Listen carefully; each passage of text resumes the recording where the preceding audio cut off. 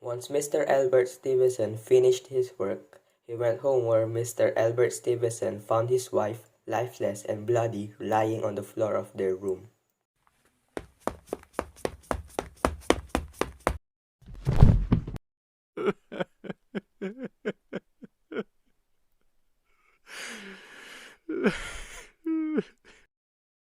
Eventually, the neighborhood becomes tense and the police are called. Police Sergeant Martin arrived immediately after the police received so many complaints. I'm coming in.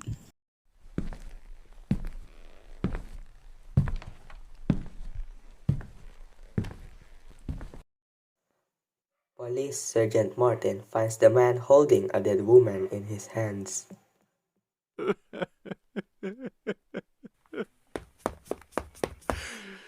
My God, what happened? Do you know who did that? Since Mr. Stevenson was holding the body, as well as the traces of the blood were still visible on the floor, he was the first suspect as well as having a restless and selfless behavior. The police discovered a knife used to murder Mrs. Stevenson. When they investigated at Stevenson's house and the fingerprints on Mr. Stevenson and the knife were not the same, police found out that it was a robbery. When Mr. Stevenson are in jail, he borrowed a telephone from Police Sergeant Martin.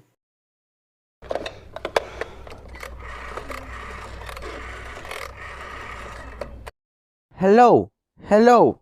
Hello, boss. Big success. Stupid! I'm in prison! Get some money from my office and pay my bail! Okay, boss. Just hurry! Also tell George that the police might catch him because of his stupidity. What stupid thing did he do, boss? He left a knife he used to kill my wife. There's still a fingerprint there, I'm sure. Maybe he'll throw us down. George won't drop us, boss. George and I will go to somewhere place far away after we pay your bill, boss.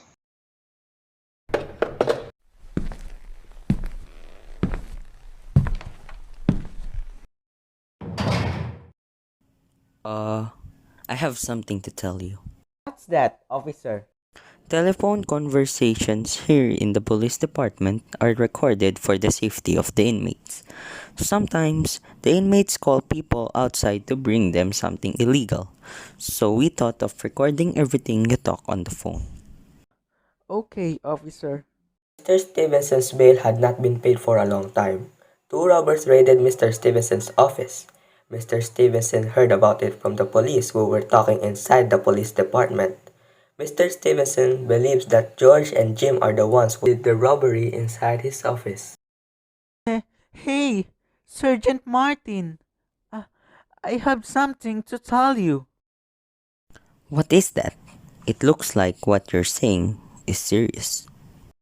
I'll admit the sin I committed. Oh, yeah, alright. What's that? I was the one who ordered my wife killed. I'm annoyed with her.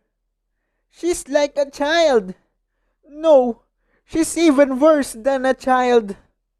I'm running out of patience with her. But I love her so much. I really just lost patience with her. I hope she forgives me. I will repent of the sin I have committed. Who did you order? Jim Ronial is the one I ordered. Mr. Ronial had an acquaintance willing to kill. And that was George Gatchalian. And he was the one who killed my wife. Okay, alright. We will try to arrest Mr. Roniel and Mr. Gatchalian. No, we will arrest Mr. Roniel and Mr. Gatchalian. We will not allow you to be the only one locked up there in prison. Thank you for your cooperation. Talk to God. Your wife will forgive you. Just fight your problems. Thank you, Mr. Officer. Both Ronell and Gatchalian were also arrested. Sergeant Martin was depressed because if they acted immediately on what Mrs. Stevenson said, they would have saved Mrs. Stevenson. After that, they have responded to all the phone calls, although it appears to be a prank.